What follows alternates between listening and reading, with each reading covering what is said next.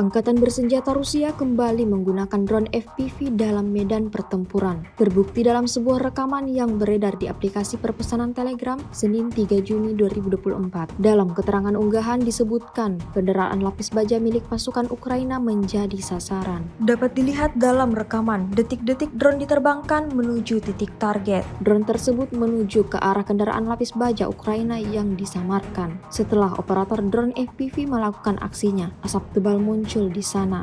Diketahui penyerangan ini berlangsung di wilayah Donetsk. Hal ini tentunya lagi-lagi menambah daftar panjang kerugian yang dialami pasukan Ukraina.